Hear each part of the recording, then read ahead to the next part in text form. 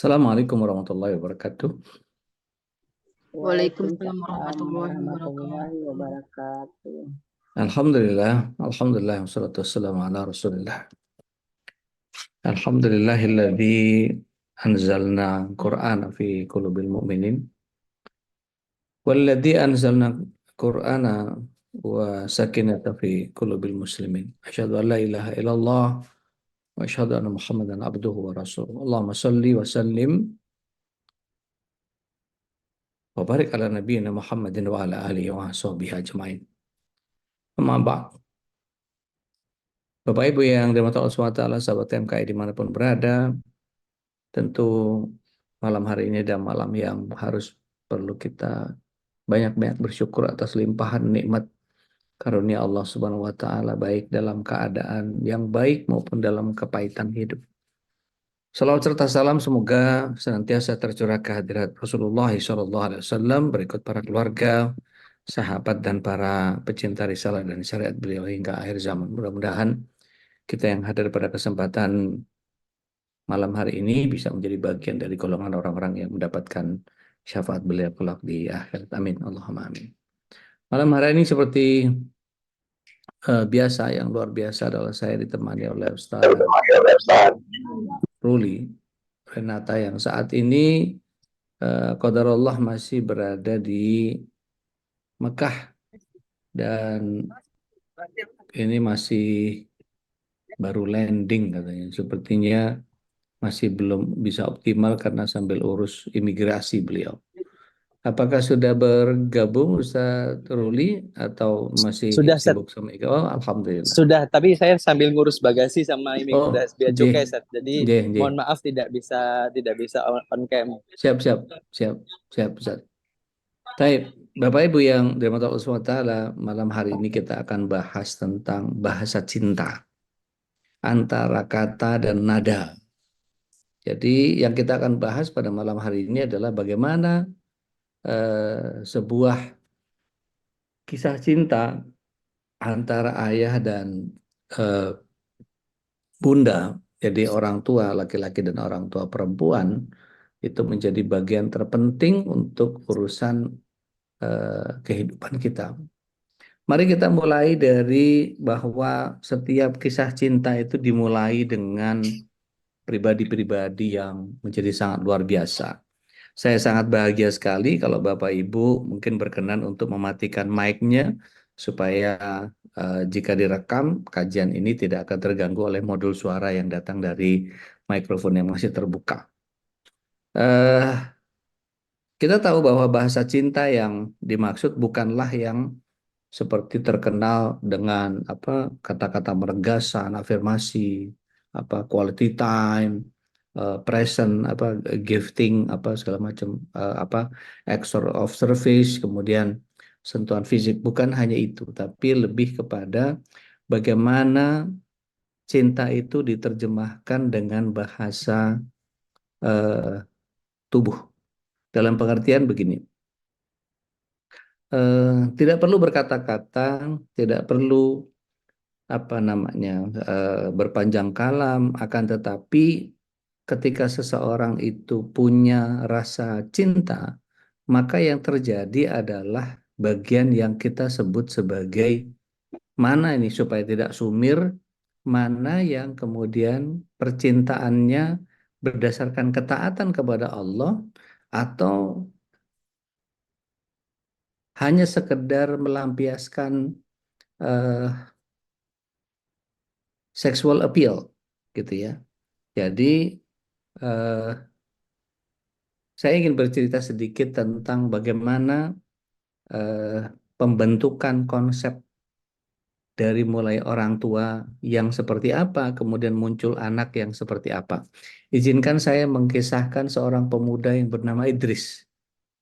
Beliau ini adalah seorang pemuda yang dalam pengembaraannya menemukan eh, buah delima di samping bantaran sungai.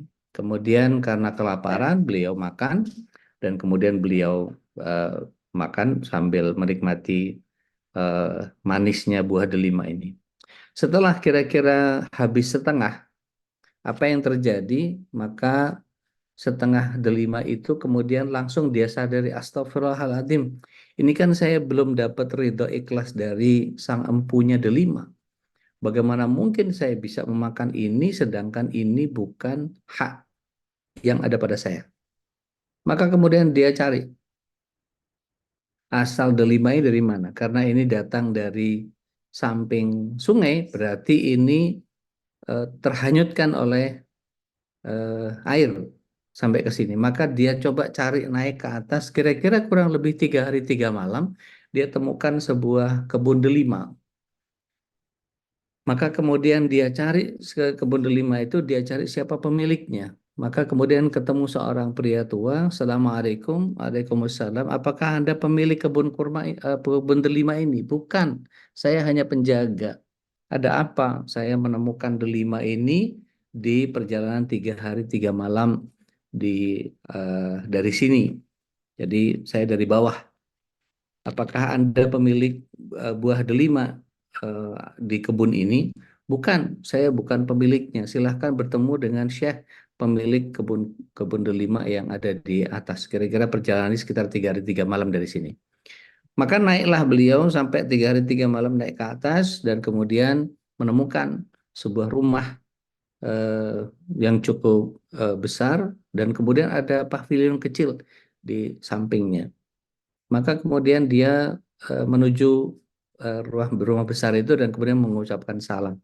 Ketika diucapkan salam, Assalamualaikum, maka dijawab oleh seorang bapak tua yang kemudian Waalaikumsalam, apakah Anda pemilik kebun delima yang kira-kira 6 hari 6 malam dari sini? Beliau katakan betul, saya adalah pemiliknya. Ada apa? Saya mohon ikhlas ridhonya karena saya menemukan delima di samping kali kira-kira 6 hari 6 malam dari tempat ini.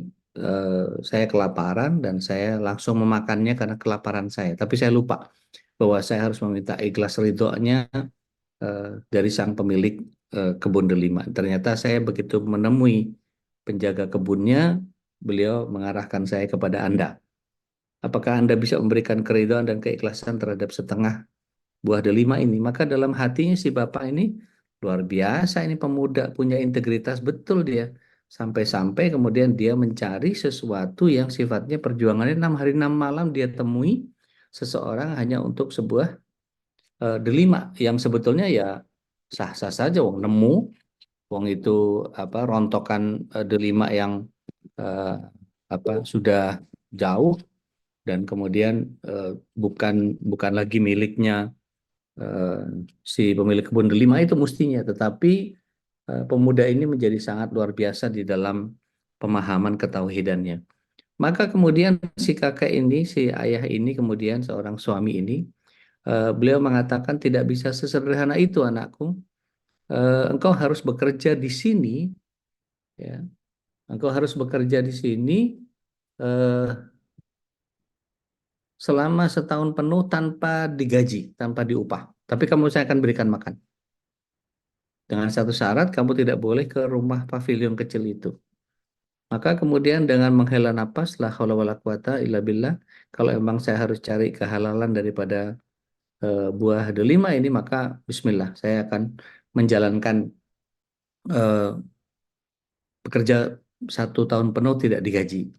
Maka setahun berlalu tanpa eh, berhubungan dengan rumah pavilion kecil itu, maka kemudian ketika tiba saatnya si pemuda Idris ini menyampaikan kepada bapak ini. Setelah menghitung harinya dia katakan, Syekh, saya mohon pamit karena saya sudah setahun bekerja di sana tanpa dibayar dan tentu sebagai akadnya Anda akan mengikhlaskan dan meridhoi buah delima yang setengah yang saya makan tahun lalu.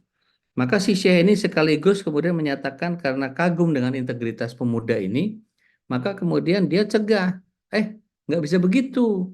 Kamu harus menikahi anak saya yang ada di pavilion kecil itu. Kaget. Maka dia katakan, kalau memang saya harus menikah dengan anak bapak, maka ya apa yang bisa saya kerjakan kecuali mentaati apa yang bapak perintahkan kepada saya. Maka disampaikan oleh si eh, bapak tua ini, Tapi anak saya itu buta, tuli, lumpuh, bisu. Maka dengan menghela napas, pemuda Idris kemudian menyatakan, saya tidak mau berurusan dengan sesuatu yang haram masuk ke tubuh saya nggak mau masuk neraka. Maka apapun resikonya saya akan jalankan. Maka dia katakan Bismillah. Oke, kalau memang kamu mau, oke. Nanti saya siapkan saksi. Kemudian eh, coba tolong kamu beritahukan kepada anak saya yang ada di pavilion itu. Sampaikan kepada dia bahwa dia dipanggil ke rumah besar. Kemudian sekali panjang selama dia berada di rumah itu, maka dia ketok rumah pavilion itu. Begitu dibuka, Assalamualaikum, Waalaikumsalam warahmatullahi wabarakatuh. Ada seorang pemudi yang sangat cantik. Dan seketika itu pemuda Idris membuang mukanya dan kemudian menyampaikan kabar dari Syekh. Syekh meminta putri Syekh untuk datang ke rumah besar. Itu saja. Udah ditutup. Assalamualaikum, Waalaikumsalam. Tanpa sempat melihat eh, wajah si perempuan tadi. Dia berpikir bahwa ini pasti pembantunya, gitu. Karena buta tuli lumpuh bisu nggak mungkin bisa buka pintu gitu. Maka kemudian ditunggu, tidak lama kemudian datang dua saksi eh, yang akan menjadi eh, saksi pernikahan antara pemuda Idris dan anaknya Syekh tadi. Maka kemudian diakadkan langsung angkahtuka wa zawastuka bibenati, dia sebut dengan anak saya, bimahrin dengan mahar buah delima separuh yang engkau makan tahun lalu, gitu. Maka kemudian saya terima nikahnya dengan mahar yang disebut tunai. Kemudian apa yang terjadi ketika dibuka apa namanya tirai, maka keluarganya yang perempuan semua keluar dan kemudian ditampakkan inilah istrimu. Ternyata istri yang dinikahkan dengan pemuda Idris ini adalah yang membukakan pintu tadi, yang cantik tadi ternyata. Maka surut eh, semunduran gitu, eh, pemuda Idris mengatakan bahwa ya Syekh, saya hanya mau menikah dengan anak Anda yang buta tuli lumpuh bisu.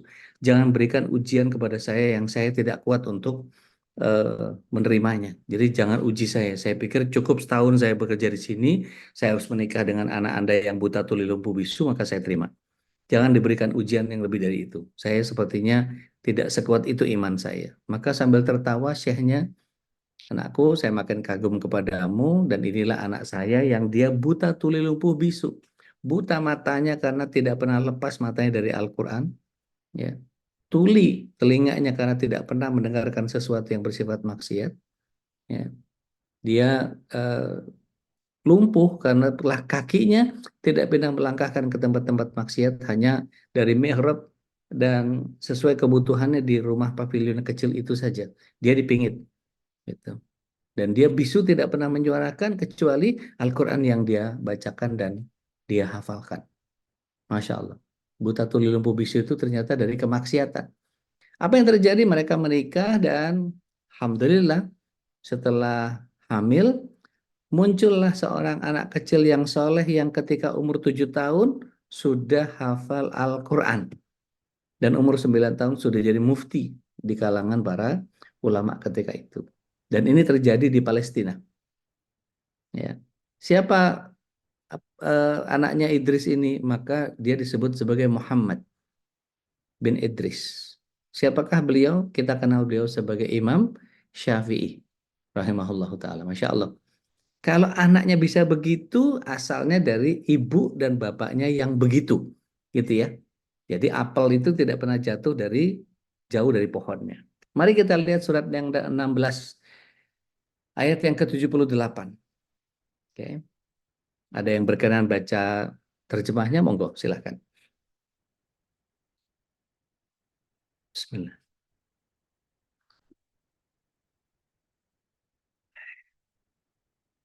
Surat 16 ayat 78. Tafadhal.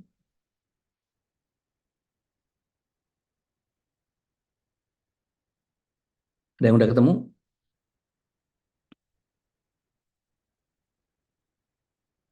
Baik.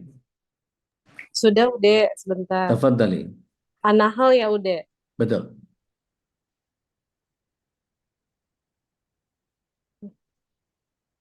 Silakan, Dok. Bentar. Dan Allah mengeluarkan kamu dari perut ibumu dalam keadaan tidak mengetahui sesuatu pun, dan Dia memberimu pendengaran, penglihatan, dan hati nurani agar kamu bersyukur. Masya Allah. Syukran, jazakumullahu khair, Dr. Eka. Barakallahu fiik. Jadi perhatikan ayatnya. A'udzubillahi minasyaitonirrajim. Wallahu akhrajakum min butuni ummahatikum la ta'lamuna syai'a wa ja'ala lakumus sam'a wal absara wal afidah la'allakum tashkurun. Jadi Allah SWT menyatakan, sungguh Allah telah mengeluarkan bayi dari perut ibunya. Perocot cenger oek-oek nggak tahu apa-apa. Kemudian siapa yang memberikannya kemampuan untuk melakukan apapun, maka Allah Subhanahu wa taala berikan piranti yang namanya pendengaran, fungsinya, penglihatan, fungsinya, dan kemudian hati nurani. Untuk apa? Untuk bersyukur. Mari kita lihat di ayat ini. Siapa yang akan memberikan pengetahuan tentang segala sesuatu kecuali bapak ibunya? Maka bapak ibunya lah yang kemudian harus punya kekuatan cinta yang sangat luar biasa atas nama takwa. Maka kemudian ketika memahami itu, maka bahasa dari seorang ayah, bahasa dari seorang ibu akan membentuk daripada anak itu sendiri. Maka ketika ingin anaknya seperti Syafi'i, maka requirement-nya adalah bapak yang seorang Idris dan ibu seperti ibunya Imam Syafi'i rahimahullahu taala. Nah, kira-kira bahasa cinta apa yang akan mereka hadirkan? Saya akan bahas bersama Ustadz Ruli. Dari sini kita bisa melihat bahwa bekal dasar daripada seseorang melakukan pembahasan komunikasi dengan rasa cinta itu menjadi berbeda ketika hanya sekedar tertarik pada fisik. Karena apa? Wajah bisa peot, gitu ya. Kulit yang mulus bisa kendor, meskipun dikasih SPF 60, anti-aging, bla bla bla segala macam, gitu ya. Kemudian ketika kita tahu bahwa bahasa cinta inti antara kata dengan nada menjadi bagian yang kemudian harus kita fahami secara benar. Mari kita perhatikan bahwa di surat 30 ayat yang ke-21, ya. Surat yang ke-30 surah Ar-Rum ayat yang ke-21. Allah Subhanahu wa taala berfirman, A'udzubillahi minasyaitonirrajim. Wa min ayatihi an khalaqalakum min anfusikum, ya, azwaja litaskunu ilaiha. Maka Allah SWT menyatakan, ya, dari antara tanda-tanda kebesaran Allah yaitu Allah menciptakan pasangan, artinya apa? Istri. Ya, karena ini ayat datangnya kepada Rasulullah SAW, artinya bicara tentang pasangan yang sifatnya istri. Gitu. Tapi kalau ini ayat diterjemahkan oleh para wanita, maka yang dimaksud adalah suami. Wa min ayatihi an khalaqalakum min anfusikum, dari jenismu sendiri. Ya. Litaskunu ilaiha, agar engkau merasa tentram kepadanya. Domirha di dalam litaskunu ilaiha tadi, agar engkau, wahai laki-laki, merasa tenteram dan cenderung kepada perempuan. Artinya suami harus ditenangkan oleh istri. Maka bahasa cinta yang seperti apa yang akan dimunculkan oleh suami istri yang kemudian menjadi istrinya adalah sang penenang. Dan suami adalah seseorang yang kemudian menghadapi kronika hidup yang begitu luar biasa. Kemudian Allah Subhanahu wa taala wa ja'ala bainakum mawaddah wa rahmah. Suami harus penuh mawaddah, harus punya perhatian, harus punya kasih yang begitu tulus. Maka kemudian tidak hanya datang dari suami saja, tapi tuntutannya adalah muncul dari istri. Warahmah, sehingga dari keduanya harus saling muncul mawaddah warahmah dari keduanya. Tidak bisa kemudian kita memaksakan diri sebagai istri yang soleha, mesti paham lah. Sebagai suami yang soleh, mestinya paham lah, nggak bisa. Ini adalah dua bagian yang kemudian bahasa cintanya mesti nyambung. Saya teringat seorang ulama yang menyatakan bahwa menikahlah dengan orang yang bertakwa, karena kalau satu saat dia tidak lagi mencintaimu, dia akan menjalankan pernikahannya karena Allah. Baik, Bapak Ibu yang dirahmati Allah SWT, mohon kepada Ustadz Ruli bila berkenan dari apa yang saya sampaikan di pembukaan tadi, tafadhol. Bagaimana seorang pria dan wanita dalam konteks suami istri ini, ayah bunda ini bisa menjadi punya idealisme dalam bahasa cinta antara kata dan nada. Fayyatafadhol maskur ya Ustadz Ruli. Keluar Ustadz. Oh, mental ya beliau. Iya, beliau baru landing soalnya. Jadi itu delay 3 jam soalnya. Baik, jadi seperti yang kita tahu bahwa bahasa cinta bukanlah bicara tentang sesuatu yang seperti para psikolog eh, yang di luar sana menyatakan harus punya 7 bahasa cinta, harus punya 5 bahasa cinta. Tidak. Cukup karena dia mencintai Allah Subhanahu wa taala dan Rasulnya Shallallahu alaihi wasallam, maka dia akan menjalankan pernikahannya karena ketakwaannya. Seburuk apapun perilaku yang didapati dari pasangannya. Pernah ingat gak waktu Ibunda Aisyah radhiallahu anha menampik tangan Rasulullah SAW ketika bawa makanan yang datang dari Hafsah. Ya Ketika udah. Rasulullah Shallallahu Alaihi Wasallam, ini ada yang nyala ya double-double nih. Oh Mas Arif. Baik. Ketika beliau menyatakan bahwa ketika beliau menyatakan bahwa bagian yang disebut sebagai apa yang datang dari Rasulullah SAW itu menjadi sangat luar biasa. Ini yang kemudian mengharuskan kita berada dalam kondisi yang seburuk apapun perlakuan pasangan kita, maka karena kita mencintainya karena Allah, seburuk apapun perlakuannya, perangainya, tidak ada keromantisan dan seterusnya, maka ketika dia bercinta dengan niat lillah, maka ini bagian yang tidak perlu menjadikan sesuatu sebagai sebuah yang kayaknya kita aja gitu yang berjuang gitu. Sepertinya seolah-olah kita saja yang sudah mengorbankan segala sesuatu begitu. Nah, eh, mari kita lihat betapa Rasulullah SAW ketika berhadapan dengan Ibunda Aisyah yang begitu, beliau langsung bicara sama tamunya dengan aksi atau dengan reaksi ketika itu makanannya jatuh dan piringnya pecah, maka Rasulullah SAW mengungit pecahan piring itu dan makanan yang sudah kotor tadi dengan tersenyum beliau menyatakan kepada tamunya, ibu kalian sedang marah, gitu. Beliau cemburu, gitu. Jadi biasa saja dan itu bisa difahami bahwa ya namanya perempuan ya cemburuan pasti, gitu. Sebagai sebuah fitrah yang difahami. Nah, pada kesempatan yang lain, mari kita lihat bahwa eh, bahasa cinta yang juga dimunculkan oleh pasangan para nabi. Mari kita lihat bagaimana Ibunda Hajar ketika ditinggalkan sendiri di tanah Hijaz tanpa eh, perbekalannya cukup, entah ditinggal berapa lama dan seterusnya. Dan agak absurd ketika ada seorang ibu dan seorang bayi yang kemudian eh, belum bisa memenuhi kebutuhannya sendiri dan kemudian harus masuk ke dalam sebuah bagian di mana dia harus menjalani berdua tanpa fasilitas. Tidak ada toko, tidak ada orang lain, tidak ada yang membantunya menyiapkan segala sesuatunya, entah makanan, entah minuman yang berupa air dari sumur dan seterusnya. Maka kemudian muncul kegelisahan Ibunda Hajar sebagai wanita yang fitrah. Maka pertanyaan beliau di hadis riwayat Muslim, riwayat Bukhari maksud saya, itu beliau menanyakan sampai 3 kali, apakah ini perintah, apakah engkau hendak meninggalkan kami di sini?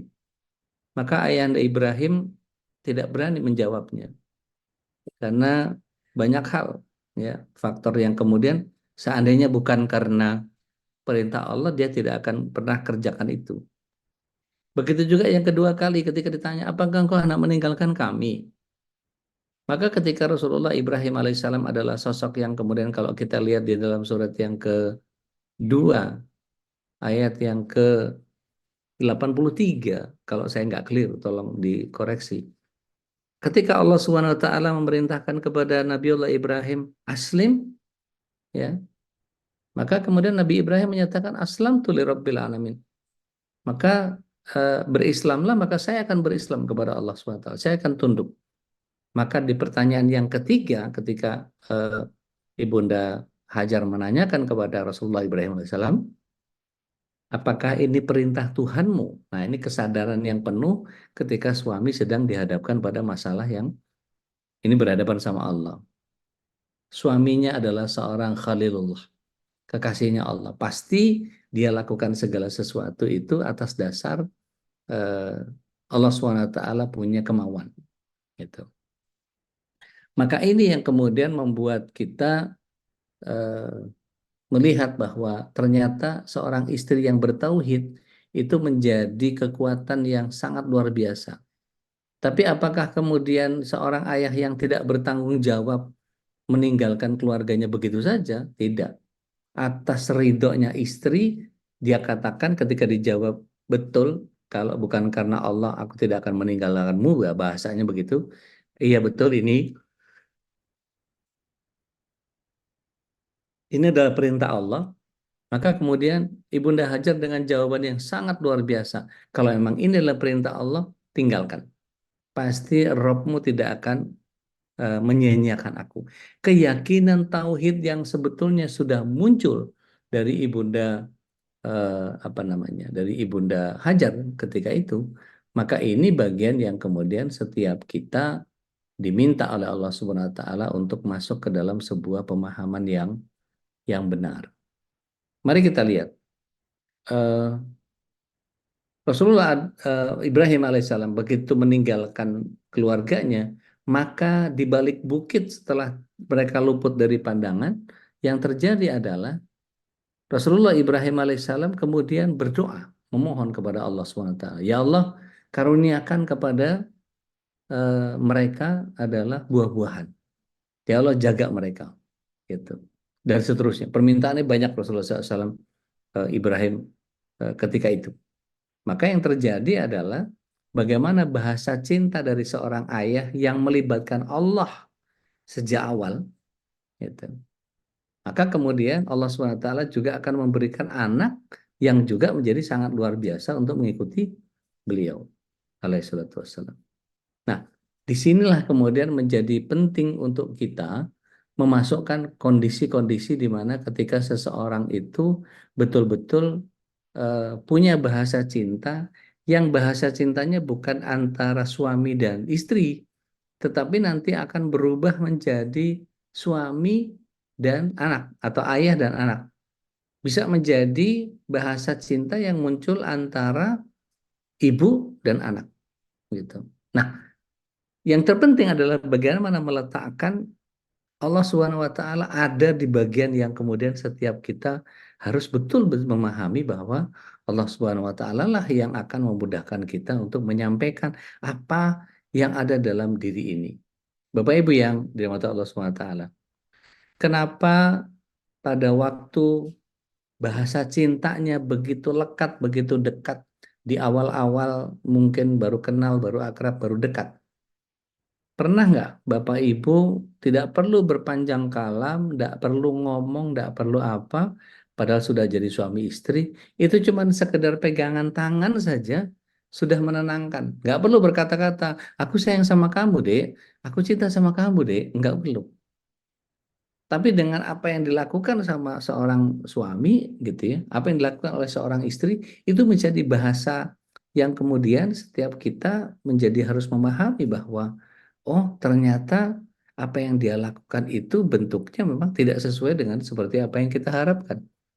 Maka mungkin sebagian besar dari kita masih ingat bahwa Rasulullah SAW begitu indah kata-katanya untuk menenangkan beliau dalam konteks seburuk apapun perangai yang dilakukan oleh Ibunda Aisyah yang paling banyak marah-marah dan sebel-sebel sama beliau karena masih muda.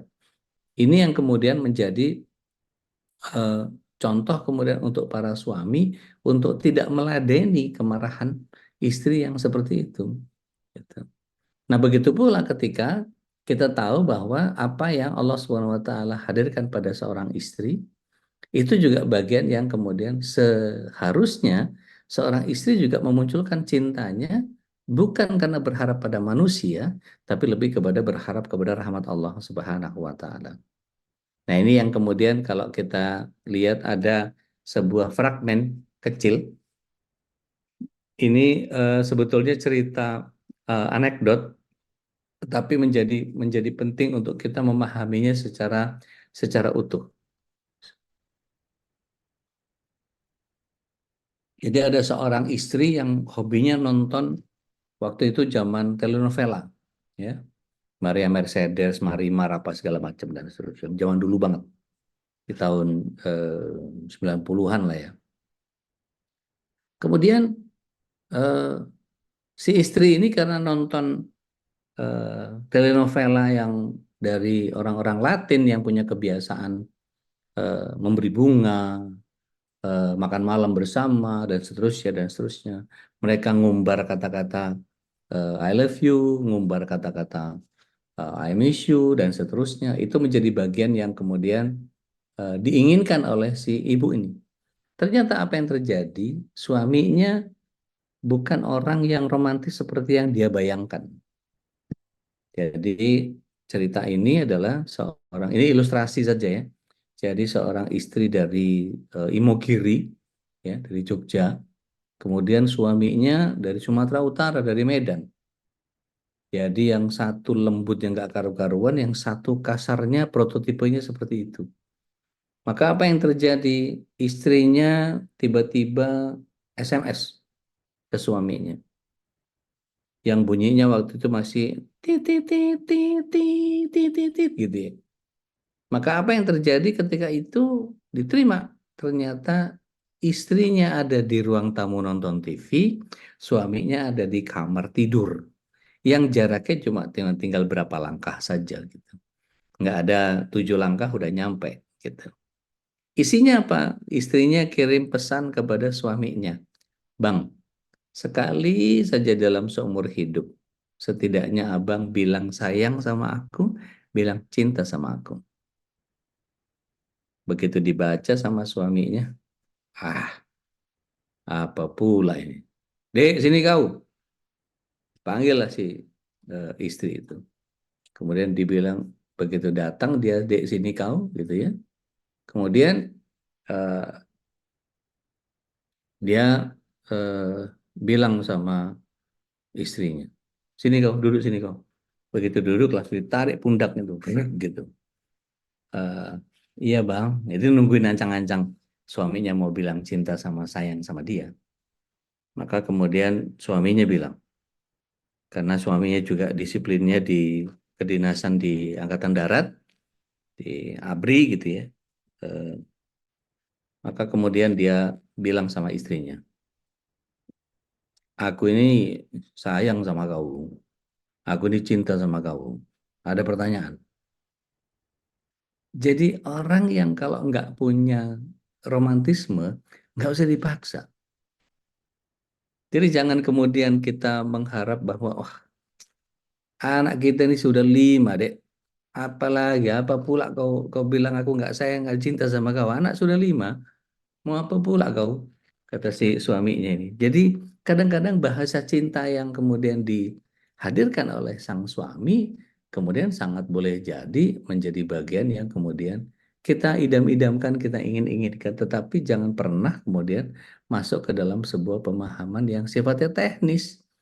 Karena sungguh ketika suami tidak mampu menghadirkan kasih sayang dengan pola yang kita inginkan, maka kita nanti pasti akan kecewa. Kok suami saya gitu ya? Tetapi ketika kita tahu bahwa seburuk apapun eh, suami itu menjadi bagian yang kemudian mungkin masih ingat mantra yang saya pernah berikan ya.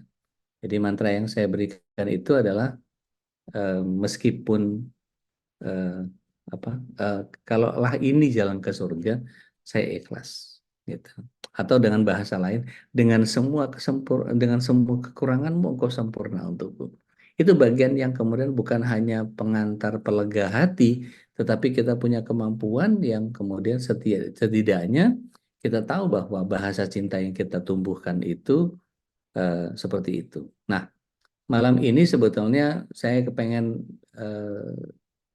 dengar juga nih dari para eh, sahabat MKI yang dirahmati Allah SWT. Tapi saya mengikuti kisah cinta atau bahasa cinta yang terjadi antara Dokter Eka dengan Dokter Herwasto. Dokter Herwastonya sedang apa namanya, sedang praktek.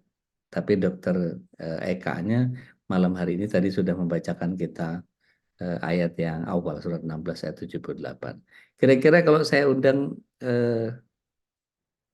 berkenan untuk sharing nggak dok bahasa cinta yang di selama ini dijalankan sama Dokter Herwasto yang penuh penuh drama dengan romantisme yang sangat luar biasa itu.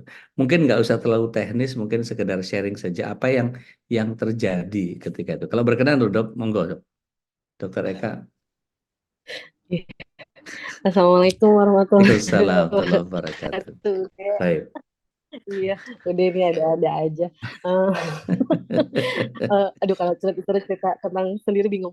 Eh, kalau saya Gini-gini, sama punten, saya kenalin dulu. Jadi, Dokter Eka ini adalah praktisi parenting yang beliau pemerhati parenting juga, yang waktu itu juga sudah sempat memberikan kita pesan dari dokter spesialis anak suaminya. Jadi, saya kenal beliau ini dari sebelum menikah. Sampai sekarang punya dua anak yang soleh-soleha, Masya Allah. Jadi, saya tahu betul beliau kronikanya begitu mau nikah itu banyak drama iya. dan menjalankan ke apa namanya keluarga itu juga banyak drama. Tapi yang saya kagum adalah bagaimana beliau berdua berhasil mengatasi apa namanya dinamika keluarga yang begitu luar biasa. Monggo sharing dok, time is Oh, yours. oh, Masya Allah. Iya.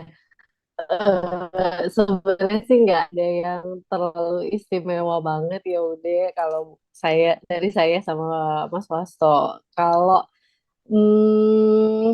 apa ya? Izin dok, Mungkin ya handphonenya kalau bisa saya sama dinaikin Mas sedikit nggak dok?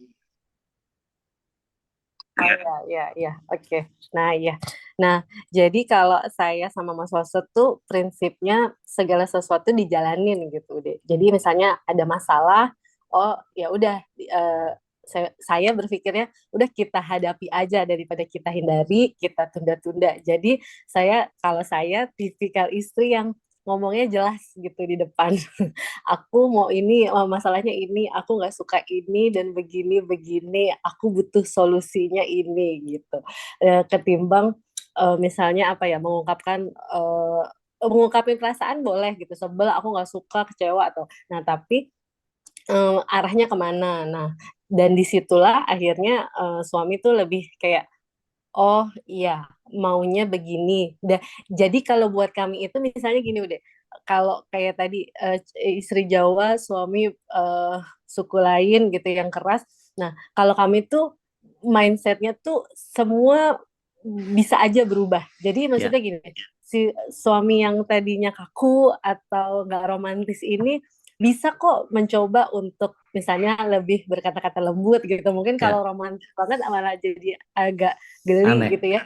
Aneh. Nah, tapi bisa agak lebih perhatian sedikit. Misalnya Hmm. suka apa atau datang ke tempat yang apa yang bagus misalnya ke taman bunga atau apa. Nah, jadi sesuatu hal itu mungkin aja. Dan kita semua kan people do change ya Ude. Jadi semua orang tuh berubah. Jadi kadang seleranya berubah, kesukaannya berubah.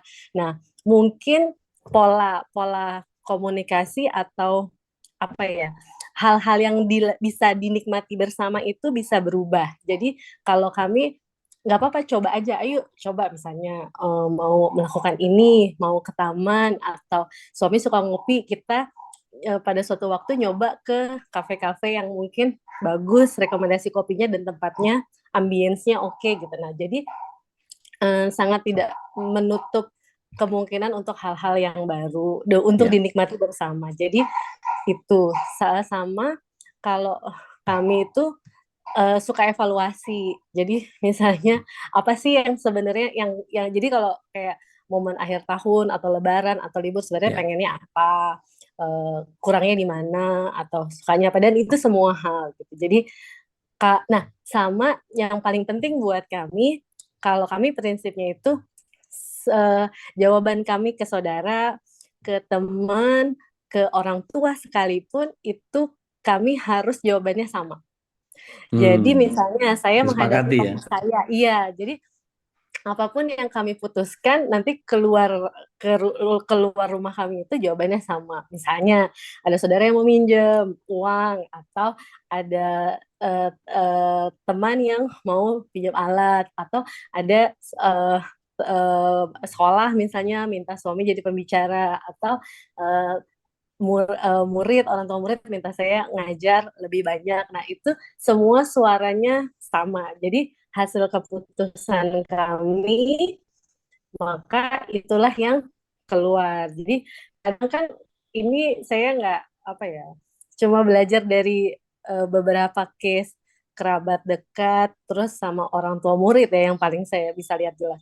Kadang misalnya istri pengen ngasih ke keluarganya, tapi nggak ngomong ke suami atau suaminya nggak setuju, atau sebaliknya suami pengen ngasih ke keluarga istri tapi istri mungkin kurang berkenan. Nah, hal-hal kayak gitu akhirnya yang menjadi masalah komunikasi gitu. Jadi sebenarnya sih menurut saya ada bagian yang bisa masih dikompromikan gitu. Cuman karena akhirnya terlanjur tidak mengkomunikasikan, akhirnya trust-nya berkurang, akhirnya relasinya terpengaruh dan lain-lain akhirnya jadi ngerembet. Nah, jadi satu hal yang pasti dari kami tuh pokoknya jawaban kami segala sesuatu tuh kami putuskan berdua aja gitu baru nanti kita kasih keputusannya itu ke pihak luar gitu ide.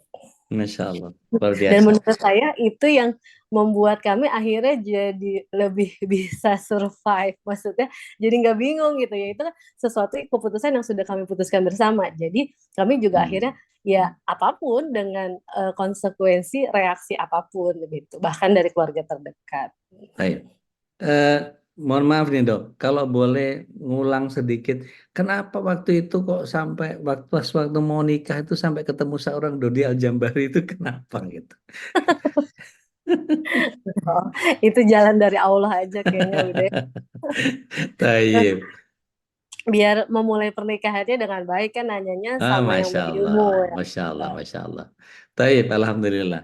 Eh, iya, yang saya saksikan itu adalah bagaimana Antuna sama Dokter Herwasto itu kalau ngedidik Argi sama Mima itu wah luar biasa. Semuanya disampaikan dengan kenapa ini harus begini, kenapa ini harus begitu. Seorang anak lari-lari saja di tempat yang seperti itu sampai didetail sama Mas Wasto itu sampai sampai beliau kenapa lari-lari nggak boleh? Karena ini itu wah didetail betul. Saya bilang ini nggak capek banget jadi orang tua kayak gitu ya, tapi it works gitu. Dan wow, saya kagum sama cara parenting yang ditangani sama Dokter Eka sama Dokter Herwasto ini. Masya Eh, Allah. Udah mau ya, ngasih itu mau ngomong sebentar. Nah, siap. itu yang mungkin gini, kalau cara saya sama Mas Wasu mengasuh anak-anak itu kayaknya terpengaruh banget sama apa-apa yang kami lihat di rumah orang tua murid kami gitu ya. Kan kami Hmm. ngajar itu udah dari tingkat awal kuliah gitu ya, karena keterbatasan ekonomi pada saat itu. Tapi Allah ternyata kasih lebih, nggak cuma kasih Masya rezeki, Allah, tapi Masya Allah. kasih kami ilmu gitu ya, ilmu Ya, lain gitu tentang keluarga. Nah, banyak insight dari orang tua murid saya itu bilang gini, misalnya kayak Eka Jadi ada orang tua muda saya benar-benar ingat gitu. Eka kalau nanti punya anak, suami istri itu harus kompak. Kalau suami ngelarang, Eka nggak boleh ngasih. Kalau Eka nggak suka, nggak mau anaknya melakukan itu, suami juga nggak boleh ngeiyain atau nggak bolehin.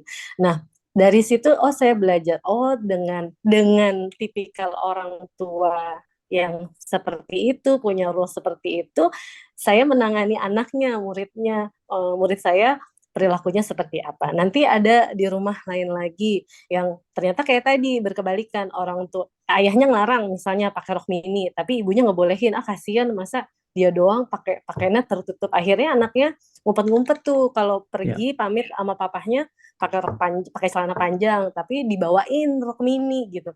Nah, akhirnya anaknya tuh jadi tricky. Hmm. Nah, jadi hal-hal seperti itu yang akhirnya pada saat sebelum saya menikah pun saya sama Mas Lala kan sama-sama ngajar UD. Jadi kami punya Ya. mindset bahwa kalau anak yang muda, anak yang kooperatif, anak yang perilakunya cenderung baik, tidak obstruktif, itu umumnya hampir selalu lahir dari keluarga yang punya prinsip, punya Hmm. tujuan, punya visi, punya rules yang jelas gitu. Nah, dan anak terbangun trust itu karena penjelasan, Oke. kedekatan dan penjelasan. Nah, jadi eh, saya ingat banget dulu Mas Safri itu pernah bilang, Eka nggak ada hal yang baik yang bisa disampaikan dengan cara yang tidak baik. Meskipun susah, Ya. kenyataannya masih sering kelepas marah-marah. Nah, tapi ternyata akhirnya itu menjadi apa ya, motivasi buat saya. Ternyata segimana marah apapun, kita nggak boleh berkata kasar, nggak boleh memaki, nggak boleh membandingkan, nggak boleh marah-marah yang nggak jelas. Nah, Ya. akhirnya mulai menurunkan lagi bahwa sekalipun lagi marah, nggak boleh marah-marah gitu, nggak boleh dengan teriak, nggak boleh dengan ini, ucapkan yang baik, sampaikan yang baik. Nah, itu terus latihan, terus gagal, latihan lagi, gagal, latihan lagi. Nah, akhirnya saya belajar bahwa ternyata eh, kalau kita memperbaiki diri, anak juga memperbaiki diri. Masya Jadi Allah. biar Masya orang tua Allah. yang udah telanjur saya udah tanya marah-marah nih atau komunikasinya udah buruk nih gitu.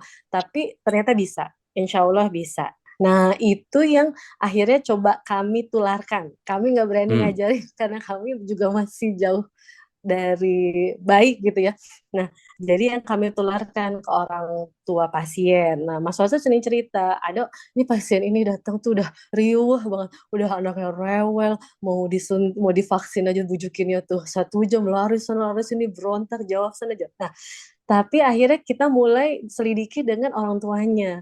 Jadi kalau pasien datang udah rusuh, kita tanya, ibu ini kenapa? Terus anaknya sudah dijelasin belum kalau mau divaksin atau mau diperiksa dokter, mau begini. Dan akhirnya dari situ mulai setelah itu kita tanya, ibu khawatir ya Ananda sakit berat misalnya, atau ibu takut begini begini. Nah, biasanya seiring dengan ketenangan orang tua, anak juga berangsur Hmm. reda. Nah, Ya. Ya. dari Ya. situ kita akhirnya bahkan bayi sekalipun udah. Ya. Jadi kadang kan orang dewasa ngerasa bayi ngerti apa sih, ada pasangan suami istri bermasalah gitu ya, ribut atau lagi berantem. Nah, itu biasanya tuh bayinya tuh pasti rewel. Entah Ya. kenapa. Baik. Nah, Baik, jadi Dok. Masya Allah. kita jadi kayak nah ternyata setelah orang tuanya tenang, maka anak-anaknya juga bisa tenang. Jadi kayaknya kunci dari apa ya, kerusuhan anak-anak, tindakan-tindakan anak-anak saya yang murid-murid saya rata-rata remaja gitu ya, bisa kita lihat dari pola komunikasi orang tuanya. Ya. Nah, bisa juga nanti diperbaiki dengan harmonisasi komunikasi orang tuanya juga. Insya Masya Allah Allah. kayak gitu. Baik. Ya. Matur nuwun, syukran jazakumullah khair, Dokter Eka. Iya. Baik, Bapak Ibu sahabat MKI dimanapun berada, ada yang mau sharing mungkin bagaimana menemukan kliknya, apa namanya, persoalan yang terjadi antara suami dan istri. Karena begini, ada yang suaminya umurnya lebih jauh gitu ya, lebih lebih tua atau sebaliknya gitu ya, sehingga muncul stigma di masyarakat kalau yang namanya senang sama yang tua itu namanya Oedipus kompleks gitu ya. Sampai kalau yang demen nama yang kecil-kecil pedofil gitu. Itu kan bagian yang kemudian stigmanya muncul yang kita nggak bisa menolak bahwa ketika Allah memang pertemukan dengan konsep yang seperti itu, ya apa mau dikata gitu kan ya. Nah, ada pertanyaan yang basic banget ini dari para jamaah yang kemudian sering kali saya ditanya begini, Ustadz, kalau suami ingin memberi uang kepada orang tua atau saudaranya gitu, itu istri perlu diberitahu atau tidak gitu. Atau misalnya istri apa namanya eh, istri kalau istri bekerja dia punya penghasilan ingin memberi uang kepada orang tua atau kepada saudaranya, apakah suami perlu diberitahu atau tidak gitu ya. Ini bagian yang sebetulnya pada prinsip sederhana, uangnya suami itu uang istri gitu ya. Tapi uang istri gitu ya. Nah, bagaimana ini pada prakteknya? Kita perlu tahu bahwa ketika suami, ini kan bicara tentang jika suami cukup, maka istri tercukupi. Jika suami kurang, ternyata ada bagian yang bisa dipenuhi sama istri. Nanti kasusnya menjadi variabelnya banyak sekali. Suami bekerja, istri bekerja. Suami bekerja, istri tidak bekerja. Suami tidak bekerja, istri bekerja. Nah, itu sudah variannya udah banyak. Begitu juga dengan ada orang tua yang harus dibantu, ada adik yang harus dibantu, sehingga ipar menjadi membebani dan seterusnya. Itu dalam kacamata sederhana. Tetapi sesungguhnya ketika kita tahu bahwa suami kita adalah orang yang betul-betul memanage bagian yang dia tahu bahwa ibu sedang butuh anu, bapak sedang butuh ini, maka Dek, saya berikan sekian untuk orang tua. Atau jumlahnya nggak perlu disebut, saya mau bantu orang tua dulu. Nanti kalau misalnya ini selama kebutuhan keluarganya tidak terkurangi, maka nggak ada masalah. Gitu ya. Itu bisa dikomunikasikan. Tapi kalau istri kemudian ingin memberi kepada adiknya, memberi kepada saudaranya, maka sifatnya kepada suami bukan minta izin, hanya sekedar pengetahuan saja. Bahwa artinya ketika eh, satu saat misalnya sembunyi-sembunyi, terus tiba-tiba anggapan-anggapan yang muncul menjadi merusak suasana. Lah duitmu yang selama ini kamu simpen, kamu dapat dari itu kemana? Padahal ahli sedekah istrinya, gitu. Begitu juga istri yang kemudian menyampaikan kepada suami, kan kamu dapatnya banyak dari ini itu apa segala macam dan seterusnya gitu ya.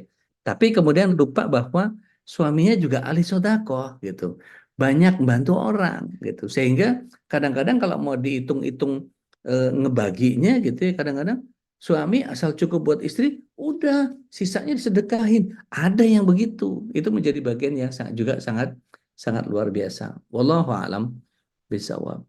Eh, Mbak Fitri bilang berarti harta yang dihasilkan dari uang istri bukan milik suami ya, Ustaz? Tergantung variabel yang mana dulu, gitu ya. Kalau misalnya seorang suami tiba-tiba nih, naudzubillah min dzalik gitu ya, saya bukan ngedoain. Tapi ini terjadi di India. Suaminya kemudian tiba-tiba jatuh sakit, kemudian lumpuh, gitu. Alhamdulillah mendalik gitu kan ya. Sebetulnya si istri boleh nggak dia cari kebahagiaan dengan minta cerai dari suaminya dan kemudian dia membiarkan suaminya menjadi ya bodo amat deh. Yang penting sekarang udah jadi apa sampah masyarakat aja gitu. Udah lumpuh, udah nggak bisa ngapa-ngapain, nggak ada yang bisa dihadapin gitu ya. Ada uang abang saya, nggak ada uang abang ditendang gitu ya. Tapi tidak, seorang istri ini menjadi tahu bahwa meskipun suami saya tidak bisa menafkahi saya lagi, maka saya yang akan bekerja, saya akan menghidupi keluarga ini, menggantikan beban suami yang harus menafkahi istri. Saya ridho, saya ikhlas untuk menjalankan ini semua demi untuk suaminya ridho kepada dia. Wah, langkah itu yang begitu.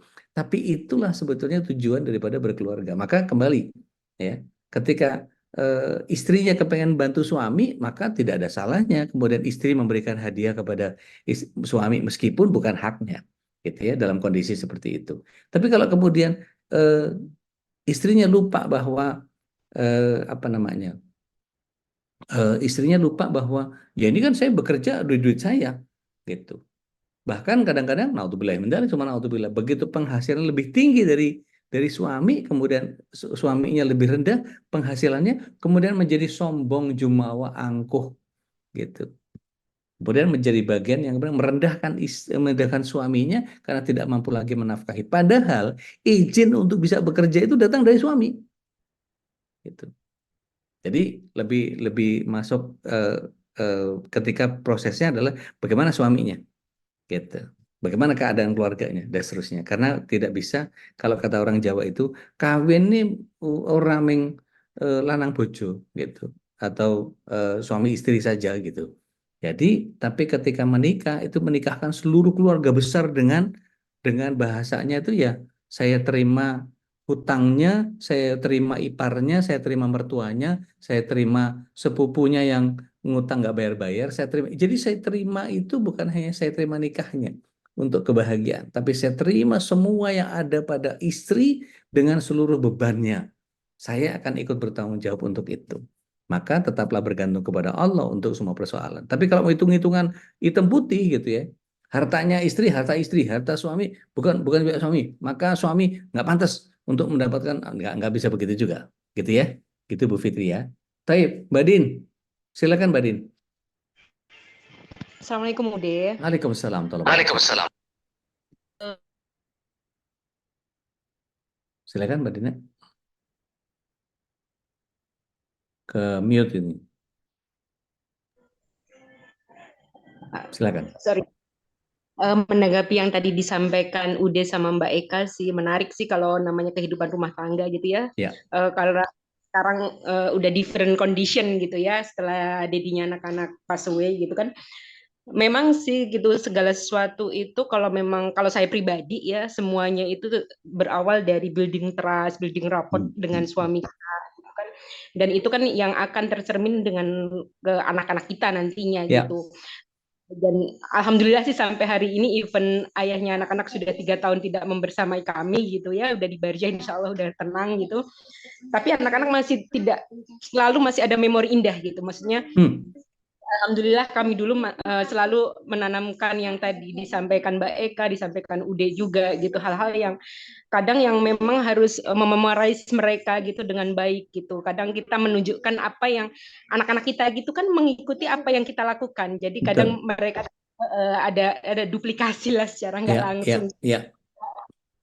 Gitu. Jadi apa yang mereka bersikap saat mereka bertindak itu kan apapun itu apa yang mereka lihat sehari-hari gitu. Ya.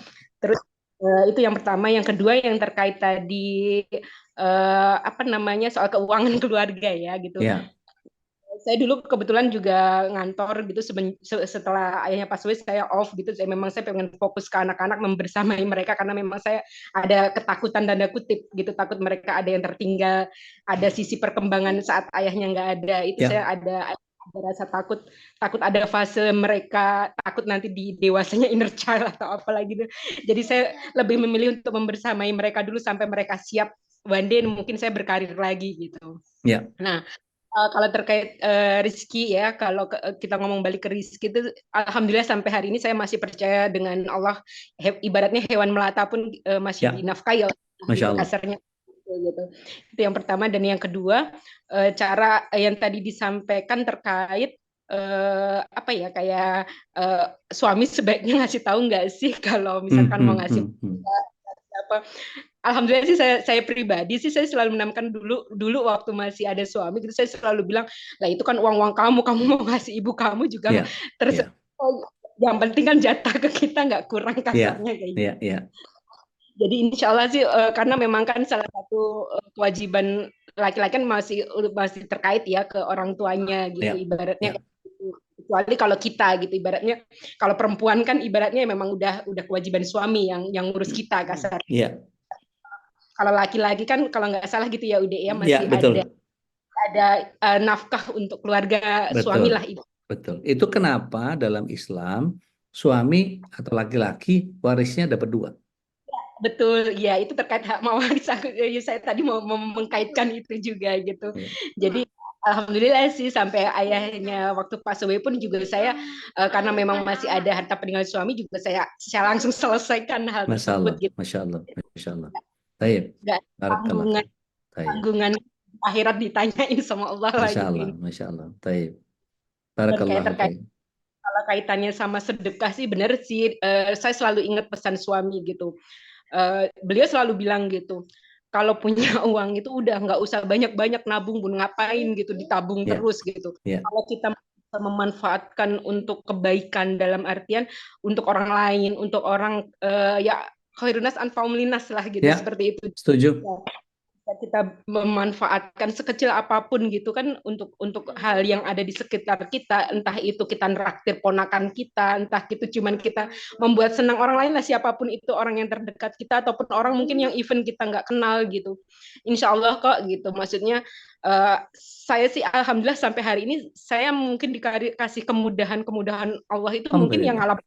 dilakukan suami saya gitu, ibaratnya apa-apa dipermudah insya Allah gitu sama Allah di saat saya, dan apa ya kondisi saya ini gitu, maksudnya sering kadang tuh yang hal-hal yang nggak masuk akal gitu loh ide gitu. Jadi Oke. setiap saya mungkin ada hal yang mungkin kok ini ya kok gini ya gitu, pasti ada aja gitu jalan Allah yang ngasih gitu. Alhamdulillah. Alhamdulillah.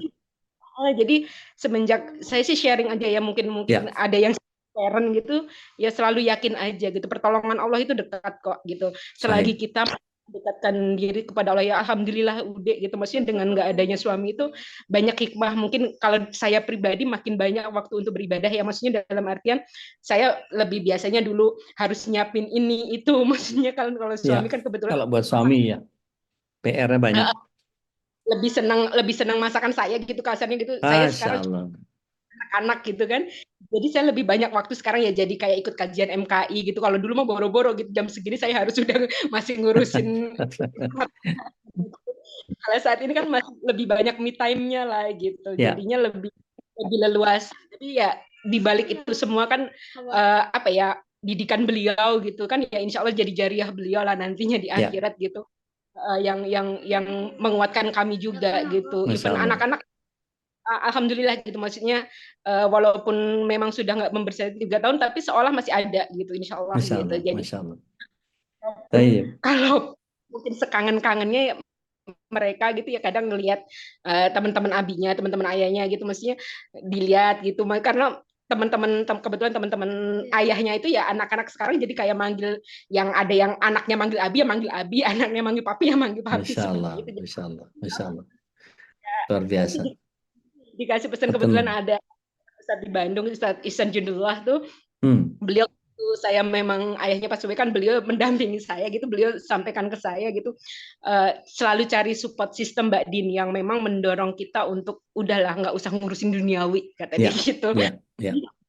Fokus aja gitu. Sekarang fokusnya Mbak Din cuma satu gitu, ke anak-anak gitu. Ya Ya. udah fokusnya Mbak Dina sendiri ya udah perbaiki diri aja gitu, maksudnya ya kan sekarang udah nggak di dunia, jadi kalau kita memperbaiki diri insya Allah nanti dibersatukan lagi kok nanti di akhirat Masya gitu. Allah. Jadi Masya Allah. Masya Allah. itu sih yang maksudnya yang menguatkan kami sampai hari ini so far Alhamdulillah. sih. Mungkin Masya itu Allah, aja luar sih. biasa, luar biasa. Nun, nun, nun, nun bisa. Jadi ada yang menarik dari apa yang disampaikan sama Mbak Din tadi. Saya mengalami sendiri karena ibu saya menjadi ibu yang luar biasa, Allah yarham. Ibu saya itu sering kali bercerita tentang ayah. Wah, bapakmu dulu nak, beliau itu gini gitu gini itu apa segala macam. Kamu tahu nggak? Ini fotonya, lihat-lihat nih, nih itu ambil yang coklat itu dibuka. Ini foto waktu bapak kamu anu ini waktu. Jadi seolah-olah bapak itu tetap hadir di keluarga kami Ya, selama kurang lebih 20 tahun. Dari 73 exactly. beliau wafat sampai tahun 93 itu terus hadir bapak itu. Tapi hadir lewat cerita yang dihadirkan oleh ibu. Dan itu betul-betul bagian yang wow, makin kagum. Jadi ada kerinduan, ada wow, nanti mesti ketemu. Ah, seru banget pasti. Kamu ingat nggak waktu dulu kamu dibeliin telur sama bapak, terus kamu ngobrol sama itu diingetin semua hal-hal yang masya Allah memorable. Oh, bapakmu dulu pernah ini, pernah apa semacam. Jadi ada semacam kebanggaan yang meskipun sebetulnya ya biasa aja seorang bapak ya pasti begitulah gitu. Tapi setidaknya ada bagian yang kemudian menjadi bagian bahwa kamu bisa begini ini karena ayahmu, nak. Jadi ada bagian seperti sebagaimana kalau kita lihat surat 37 ayat 102 ini sering kali saya jadikan sebagai bahan dasar bahwa bahasa cinta yang muncul dari ketiadaan seorang ayah itu bahkan kadang-kadang muncul dari seorang ibu yang sangat luar biasa. Mari kita lihat surat 37 ayat yang ke-102. Ibunda Hajar dalam Untold Stories, beliau mendidik Ismail itu, bapakmu itu nabi. lebih sayang sama Allah ketimbang sama kita. Bapakmu itu nak dadanya bidang, jenggotnya begini, keningnya apa segala macam. Sehingga ketika ada rombongan yang datang dari arah matahari, itu langsung dikejar sama Ismail, dilihat yang bapakku yang mana nih? Oh nggak ada, dia pulang gitu. Tapi sampai satu saat ketika Nabi Ibrahim datang, kemudian kelihatan bayangannya kan kalau kita ada di lembah gitu, bayangan matahari dari duha itu nyamping gitu ya. Terus ada orang yang kemudian datang dari arah membelakangi matahari, itu kan berarti bayangannya sampai ke kediaman atau tempat tinggalnya si Ismail. Maka bayangan itu kemudian langsung dihampiri yang bapakku ada nggak datang hari ini. Begitu Nabi Ibrahim datang, dia langsung teriak, ya abati. Kebayang nggak Bapak Ibu? Misalnya datang ke satu tempat gitu tiba-tiba dipanggil, Bapak gitu. Waduh, anak siapa nih gitu kan ya. Tapi ayahanda Ibrahim ketika itu menjadi sangat luar biasa. Ismail katanya, iya. Kok kamu tahu? Iya, ibu yang cerita. Oh, Masya Allah, itu bagian yang wow. Apa yang diceritain sama Ibunda Hajar kepada Ismail sampai Ismail yakin betul dan mencintai orang tuanya karena Allah. Maka ketika surat 37 ayat 102 itu muncul dari seorang ayahanda Ibrahim kepada Ismail, menurut pendapatmu nak, apa yang kau pikirkan ketika aku harus mempersembahkanmu kepada Allah? Maka muncul satajiduni insyaallah mina sobirin. Kerjakan saja wahai ayahku, engkau akan mendapati aku sebagai anak yang sabar. Karena apa? Didikan orang tua perempuannya begitu menempa karakternya sehingga dia muncul sebagai sosok yang sangat sangat luar biasa. Masya Allah, gitu ya. Mbak Syari, saat menghadapi pasangan, keluarga besar pasangan, sabar yang diperbanyak sebanyak-banyaknya, insya Allah memperbesar kesabaran dengan menumbuhkan rasa cinta terdalam dan makin menguat pada diri atas segala kekurangan masing-masing dari hamba yang oke. Ya, jadi eh, apapun lah ya, kalau kemudian kita tahu bahwa sejatinya kita adalah bagian yang ingin meraih surga dengan semua perjuangannya gitu ya. Ya namanya juga pengen jadi orang surga mah bayarnya juga pakai harga yang mahal lah ya. Sama kayak sekarang ini, kawan-kawan semua eh, mau meluangkan waktunya ada sekitar eh, 74 orang yang kemudian gabung sama kita, pulsanya ada gitu ya, jaringan internetnya aman gitu ya. Kemudian bisa mengoperasiin Zoom apalah segala macam dan seterusnya.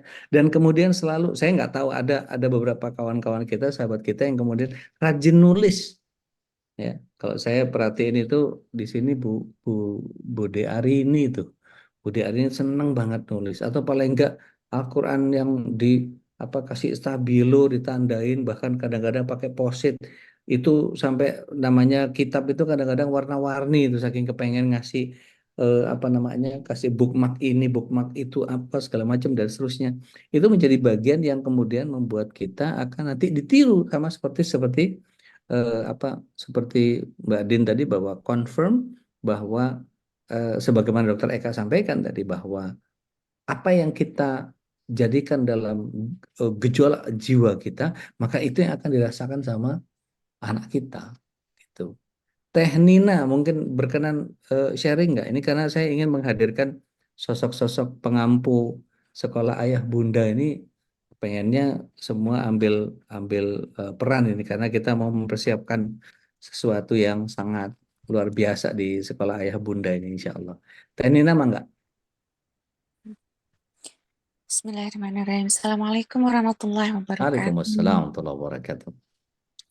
Iya, Masya Allah nggak ada eh, keringnya ya topik ke ayah bundaan ini karena yang kita asuh adalah juga makhluk hidup yang bertumbuh gitu. Ketika dalam satu fase sudah selesai rasanya pas gitu ya, apa namanya Ya, lulus itu. Masih ada fase lain lagi yang menunggu yang membutuhkan ilmu kita lagi gitu. Jadi jangan pernah berhenti untuk terus mendampingi anak-anak tumbuh kembangnya dengan ilmu karena begitulah jalannya para nabi, para solehin, para sidikin yang menyelaraskan antara ilmu dengan amal.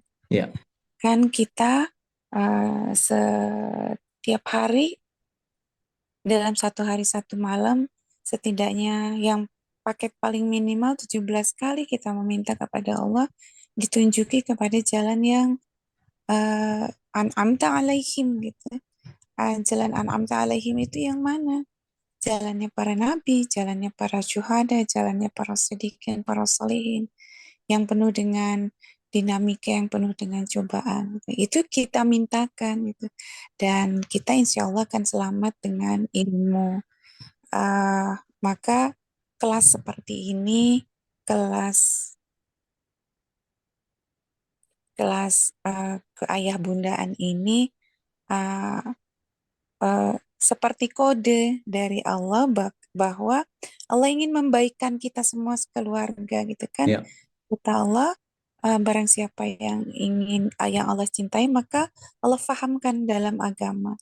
Nah, ini adalah salah satu sarana untuk kita memahami agama bahwa ini kode nih dari Allah kalau kita hadir dalam kajian seperti ini, ya, bahwa Allah ingin membaikan kita, ingin mencintai kita juga. Hal ingin saya sampaikan adalah perkara ayah gitu ya. ya, Uh, uh, Anak-anak yang lapar ayah. Nah, anak-anak yang lapar ayah ini yang tidak tidak punya sentuhan uh, keayahan. Yatim pada saat tidak yatim gitu. Ayahnya ada Hmm, tetapi hmm, tidak hmm. hadir gitu. Seperti tiada. Iya, ayahnya ada tetapi tidak hadir.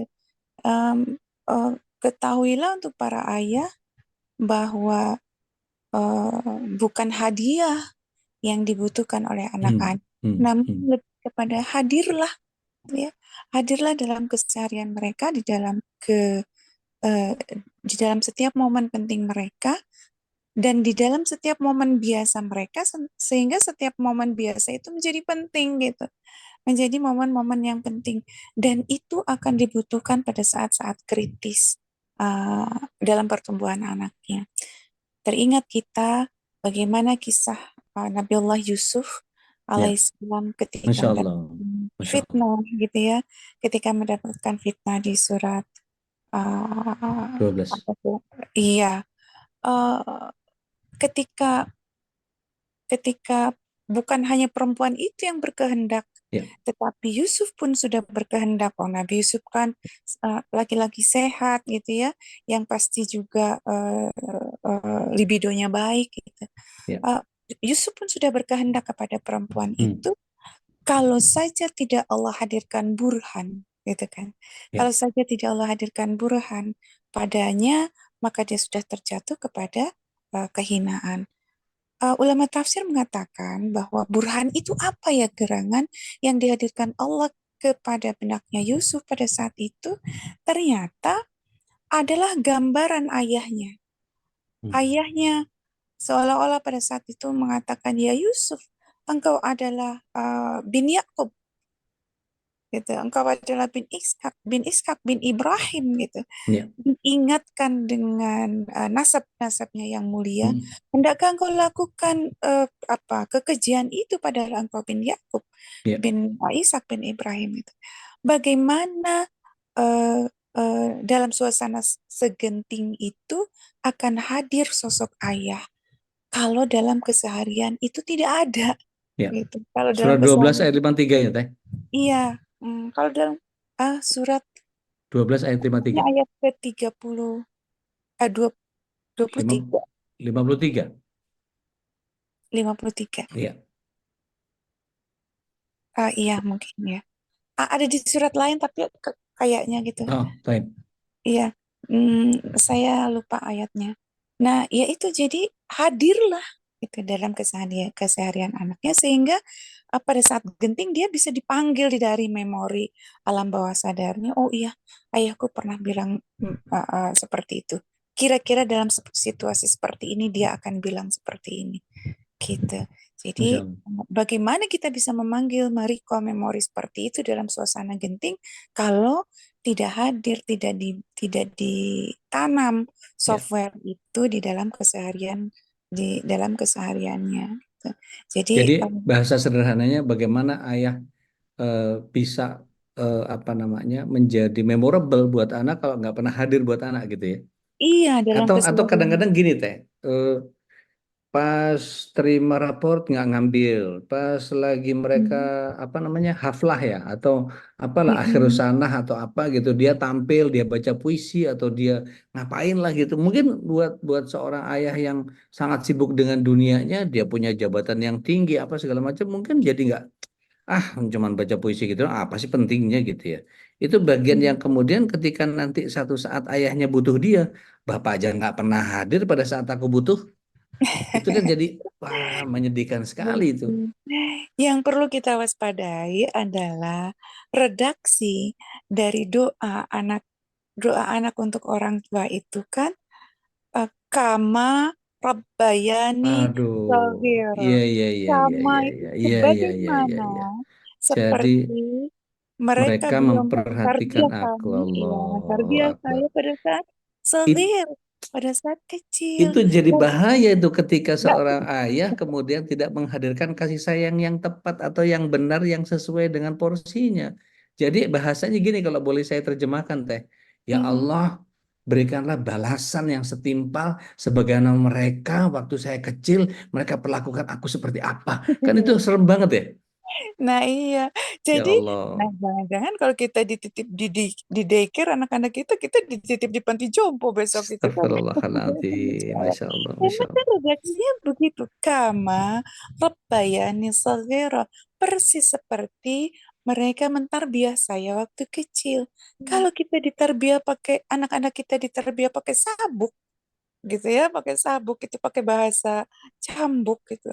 Entah bagaimana mereka memperlakukan kita pada saat kita sudah tidak berdaya nanti gitu. Atau sebaliknya, apa, bahasanya bukan bahasa cambuk, bahasanya bahasa cuek.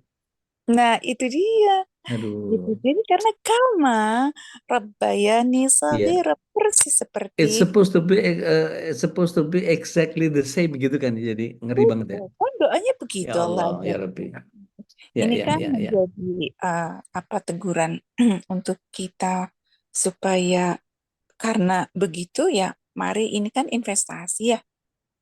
Dan bukan hanya investasi dunia.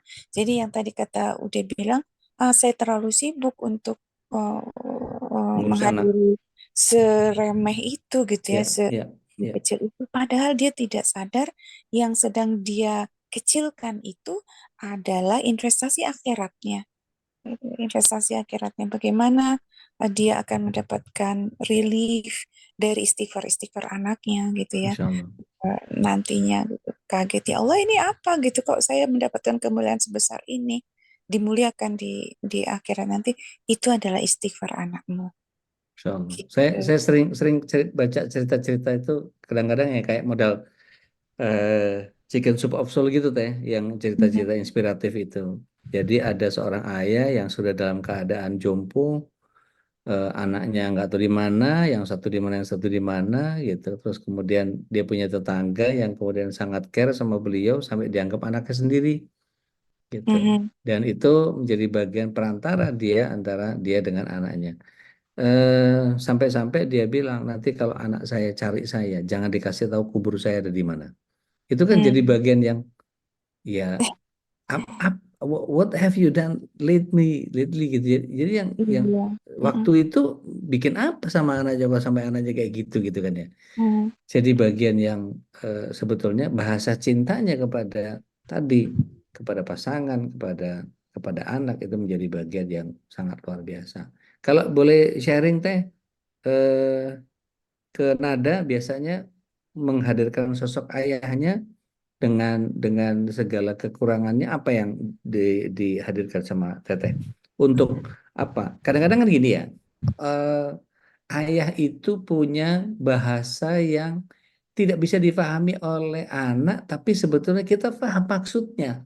Kita supaya kan ada beberapa keluarga yang istri harus jadi katalisator, seorang ibu harus menjadi penterjemah supaya tidak disalah pahami oleh anak. Itu gimana Teh? Iya. eh, kalau anak saya bilang yang begini, eh eh, qadarullah mereka itu sama-sama penulis gitu ya. Hmm, Ayahnya dan anaknya itu sama-sama penulis. Jadi dalam mengekspresikan apa yang dirasakannya sangat fasih gitu karena mereka penulis. Nah, tapi di awal-awal pertumbuhannya Nada sangat denial gitu bahwa dia ingin mirip sama bunda, bukan ingin mirip sama hmm, abahnya gitu ya, ya. ya, ya. Tetapi kemudian berkembang, kemudian dia paham bahwa mukanya pun mirip ayahnya, gitu ya, mirip abahnya. Aku sekarang udah punya kaca, udah bisa ngaca, ternyata sangat sangat mirip dengan abahnya gitu. Eh, dan bukan hanya mukanya gitu ya, tapi bahkan dalam segala sesuatu mereka sangat well two of a kind lah gitu ya mereka itu sama-sama mirip dalam dalam bahkan dalam cara bertutur itu yang paling yang sering kali gitu ya eh, mereka 1 menit kemudian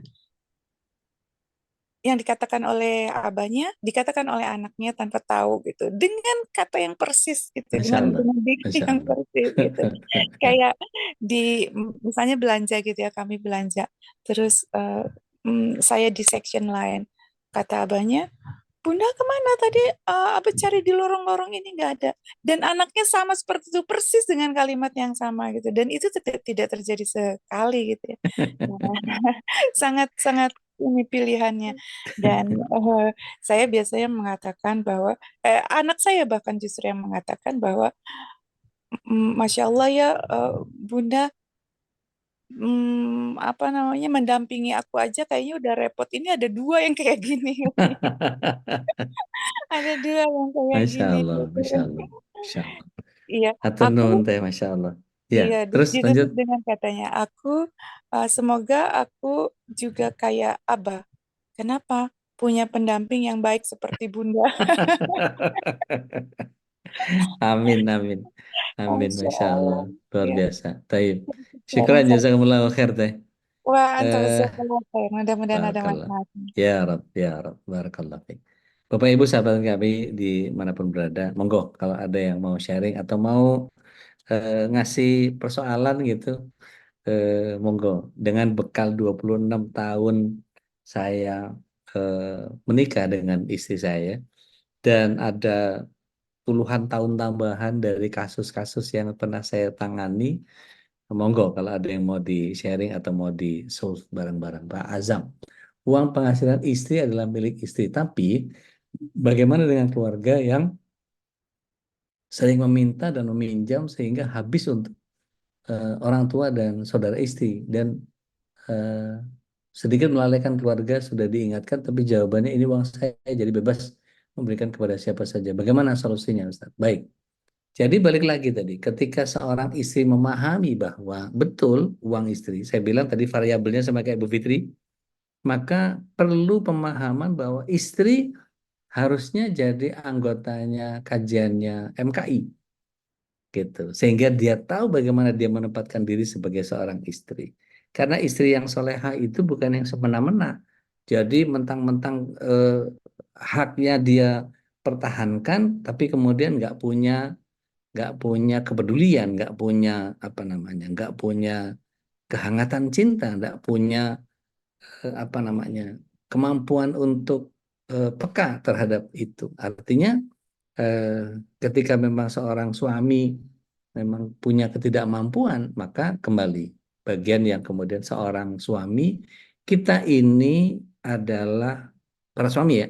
Para suami adalah kowam, kita adalah penanggung jawab. Penanggung jawab itu artinya ya yang bertanggung jawab atas semuanya. Jika ada yang fail, apa yang harus dilakukan oleh para penanggung jawab? Dia harus take action, dia yang harus ambil kendali. Maka ketika disampaikan oleh istri yang seperti itu, maka obrolin. Ketika nggak bisa diobrolin, cari penengah gitu. Cari penengah. Cari penengah ya mungkin bisa ustadznya istri ditanya. Ustadz, jika ada seorang istri, jangan langsung istri saya, jangan gitu. Tapi nanyanya jika ada seorang istri yang kemudian dia melakukan seperti ini, pandangan dalam Islamnya seperti apa, Ustadz? Sehingga seorang Ustadz akan memberikan pencerahan yang betul-betul berdasar kepada pengalaman apa yang Allah SWT berikan dalam ayatnya, dan Rasulullah SAW hadirkan dalam begitu banyak hadisnya. Jadi ada bagian yang kemudian setiap kita harus memberikan pemahaman betul. Maka tidak boleh seorang suami, ya emang istri saya gitu, susah kasih tahu, nggak bisa berhenti sampai di situ. Balik lagi ke bagaimana pekan lalu kita membahas tentang visi misi dan nilai keluarga. Jadi kalau perlu diulang lagi tuh video yang pekan lalu, bagaimana menentukan visi dan misi keluarga. Dudukin bareng-bareng, melakukan rekonsiliasi bahwa kan kita mau ke surga nih. Kira-kira ke surga pantas nggak seorang istri melakukan itu? Tapi setelah penjelasan yang panjang ya, nggak langsung tiba-tiba kita mau ke surga, nggak ada perempuan kayak kamu. Nah itu kan jadi pertengkaran jadinya. Tapi kalau kita diskusi, kalau visinya keluarga ini adalah apa, itu maka misinya adalah ini. Maka nilai yang kita eh, buat atau kita sepakati di keluarga ini adalah seperti ini. Yuk kita saling ngingetin ya. Kalau bapak keliru, bapak salah, tolong diingetin. Tapi kalau istri, jangan marah kalau diingetin gitu ya. Maka nanti kita harus belajar juga pola komunikasi yang efektif. Pola komunikasi yang elegan. Karena antara kata dan nada kalau kita bahas lebih detail, itu eh, sama seperti begini. Eh, Seorang istri itu kadang-kadang jawabnya gini, eh,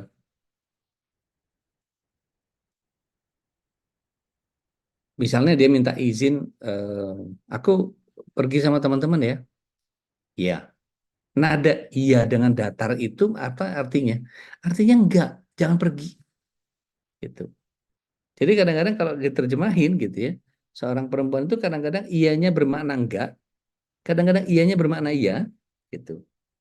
Iyanya berarti terserah, iyanya kadang-kadang nah pada saat kapan itu dihadirkan, pada saat kapan itu apa namanya diterjemahkan sebagai itu. Nah, ini bagian yang kemudian kadang-kadang ya bagian yang kalau komunikasinya nggak efektif, suami akan salah terus gitu.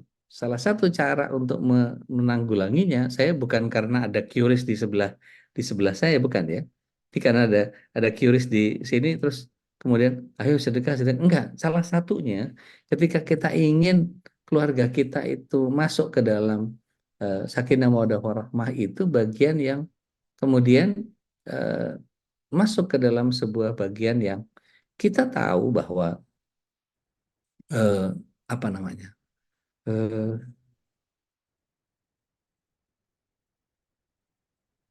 kemampuan kita mengelola rasa yang ada pada pasangan itu sebetulnya sudah kita tengarai sejak awal.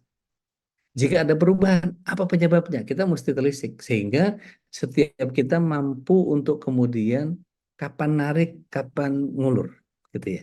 Kan kadang-kadang gini keluhannya bapak-bapak itu kalau ada satu akun di Instagram kalau nggak salah atau TikTok ya, lupa. Hmm. Itu bicara tentang poster-poster yang isinya bercandaan semua. Oke. Bagaimana cara eh, mengendalikan istri. Wah. Terus tiba-tiba eh, nggak lama kemudian mengendalikan istri. Gimana bisa? Alis saja dia gambar ulang gitu.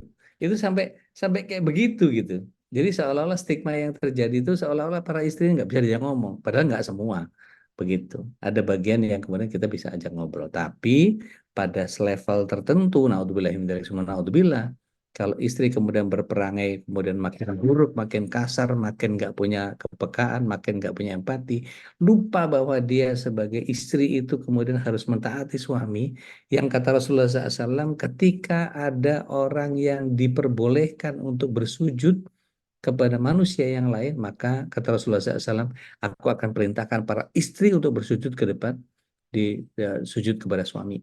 Artinya sampai sebegitu sebegitu surga nerakanya para suami ini, maka kembalikan kepada kondisi seperti tadi. Jadi dudukkan perkara bahwa nilai-nilai yang ada di keluarga itu adalah pengendalinya siapa? Suami atau istri? Gitu. Dudukkan itu. Gitu. Jadi kalau memang mau ke surga, tapi kalau memang nggak bisa diajak ke surga ya, mohon maaf saya nggak bisa terus sama kamu. Saya akan cari perempuan yang bisa diajak ke surga. Gitu. Tapi tadi komunikasinya elegan, komunikasinya efektif, tidak dengan melulu dengan kemarahan. Ada kadang bagian yang kita itu mesti seberapa sering Anda dalam hari ini memeluk istri Anda dengan eh, tanpa nafsu. Jadi peluk aja, gitu. Seberapa sering istri Anda mencium tangan Anda? Seberapa sering Anda kuyil-kuyil kepalanya? Perlakukan dia seperti anak kecil, ya.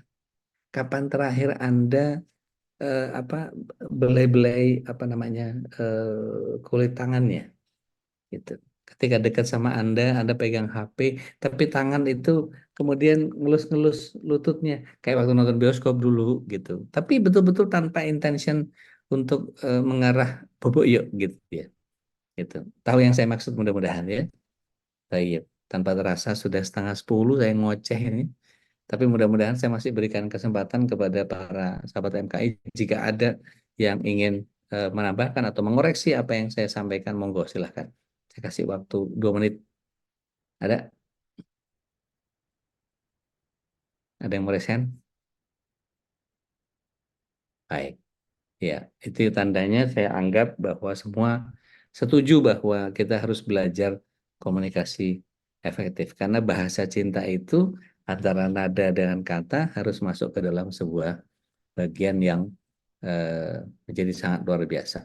Gitu. Nah, Tedina yang lagi sendiri, gitu ya, minta aja sama anaknya, mau nggak lus-lusin kepala mama? Gitu. Nggak apa-apa untuk menggantikan. Ya, pakai rindu-rindu ada air mata setetes dua tetes, it's okay, it's fine. Gitu. Atau ya itu tadi, hadirkan misalnya ada paman, ya untuk anak-anak, ada kakek mungkin untuk anak-anak dan seterusnya. Gitu. Sehingga tetap kita punya sense of love yang kemudian seperti tadi saya bilang, yuk kita apalin tuh. Ada doa yang kemudian saya tadi share gitu ya. Ini bagian yang kemudian kita bisa hadirkan tadi. Jadi hafalin tuh ya. Tolong diapalin yang tadi tuh. Allahumma nas'aluka hubbaka gitu ya. Apa mana tadi ya? Udah jauh banget ya. Saya scroll dulu nih. Hmm. Mas Agus ingat Marimar.